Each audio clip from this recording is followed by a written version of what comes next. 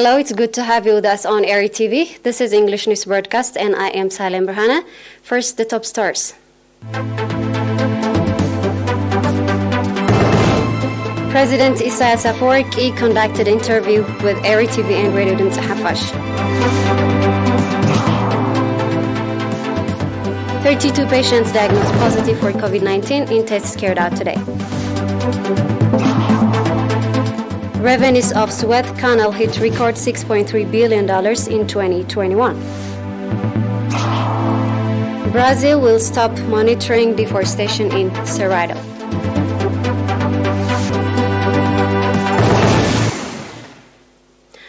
On the occasion of the New Year, President ERi conducted an interview that was broadcast live on ERi-TV and Radio Dimtsi Hafash, focusing on the current regional issues and governmental of Eritrea's domestic development programs. Haila Abgoitom has the report. At the interview, President ERi highlighted the following salient points. The reform movement in Ethiopia engendered hope and optimism. TPLF, with tactical approval of its sponsors, devoted unremitting efforts to roll back the reform, and it was accordingly immersed in intensive military preparations. Despite Eritrea's desire and commitment for constructive engagement, its concerns were not allayed due to overwhelming information on TPLF's preparation for war. TPLF denied this fact during a brief meeting in Hajar. Still, nobody could predict the sudden assault that TPLF launched on November 3rd. The assault the TPLF launched had twin objectives: to topple Ethiopian federal government and attack Eritrea. As was later found out, TPLF planned to hit over 100 key targets in Eritrea for extensive devastation. The missiles fired were tip of iceberg. That Eritrea had to provide sanctuary for some of the contingents in the Northern Command who resisted the initial assault. Eritrea's reaction was a spontaneous act of legitimate self-defense. President Isaias also highlighted that TPLF's gross miscalculation to unleash the assault, which stemmed from its dominant control of Ethiopia's defense forces during 27 years of monopolistic power, did not succeed as anticipated in the early months of the conflict. Intensive diplomatic pressure and psychological war by its sponsors, mostly aimed at Eritrea, led to what can be termed as tactical setback when the federal government declared unilateral ceasefire.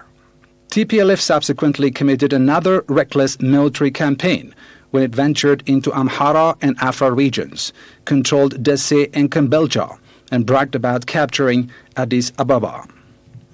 The debacle it faced subsequently was predictable from perspective of objective military analysis. Critical issue now is whether there is real prospect for soul-searching by TPLF and its sponsors. Flouting negotiations as a tactical agenda will not serve the interest of regional peace and stability. All possible scenarios must be considered, and we should always remain vigilant. We have no latitude as we have always been on the receiving end. President ERi also stated that TPLF's anomalous historical position, its dualist policy which oscillates from monopoly of power to establishment of independent Tigray, has remained cause of conflict and chaos for past decades. Institutional ethnicity emanates from this policy. External powers have traditionally supported policies of ethnic polarization as it suits their agenda of control through pliable actors in their spheres of influence. In the event, Eritrea has no option but to bolster its constructive engagement, as developments in Ethiopia have ramifications to Eritrea. President Isaias also discussed at length illegality of UN sanctions, when and if adapted through political horse trading and pressure rather than rigorous procedures and on the basis of fact and law. The President also elaborated on rationale and objectives of unilateral coercive measures. The President further discussed the recent visit and significance of Chinese Foreign Minister to Eritrea, as well as the situation in the Sudan. President Isaias also addressed fully the government of Eritrea's development priorities for 2022.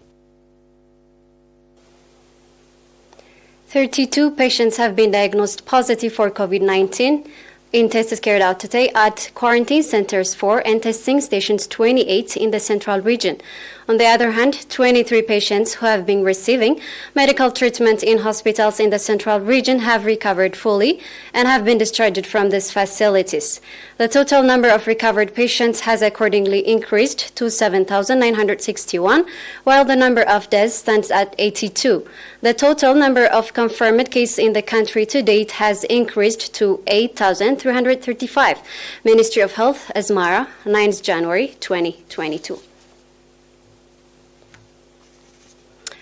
At seminar conducted recently, the Eritrean national residing in Cairo, Egypt, expressed readiness to strengthen organizational capacity and participation in the success of the national development and resilience programs. Speaking at the seminar, the Eritrean ambassador to Egypt, Mr. Fasil Gebreselassie, underlining the timeliness of the resilience programs in the prevailing era, called for strong participation and contribution of nationals, indicating that the timely national programs include developmental, national security, political, diplomatic, as well as information and cultural programs. Ambassador Fasil gave detailed briefing on each subject. Extensive briefing on the objective national situation, regional, as well as international development was also provided, report indicated. Participants finally expressed their readiness to strengthen participation in the success of the national programs, called for enhanced awareness-raising campaigns towards the youth abroad.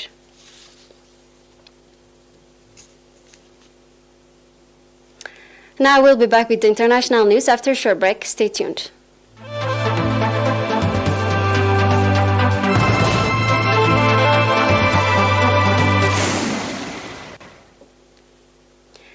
According to a top official, the revenues of Egypt's Suez Canal in 2021 reached $6.3 billion, the highest in the waterway's history. The 193 kilometers long Suez Canal, which opened in 1869, is among the most trafficked waterways in the world.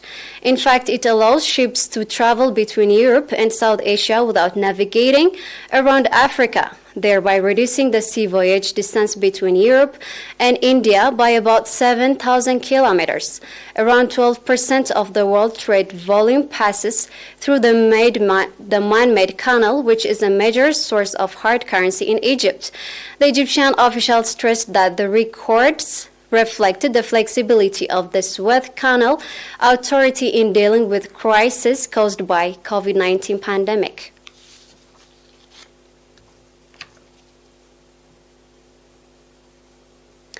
According to a government researcher, due to the lack of funds, Brazil has stopped monitoring deforestation in the Cerrado, which is the world's most species-rich savanna. The Cerrado, which neighbors the Amazon rainforest and stretches across several Brazilian states, is a major bulwark against climate change due to the carbon it absorbs.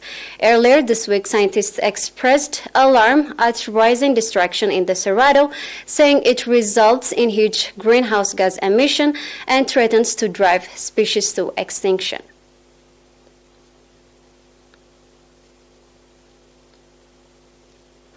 And now let's remind you the top stars.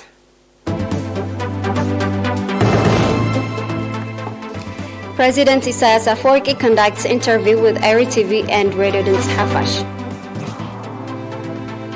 32 patients diagnosed positive for COVID-19 in tests carried out today. Revenues of Suez Canal hit record $6.3 billion in 2021. Brazil will stop monitoring deforestation in the Cerrado.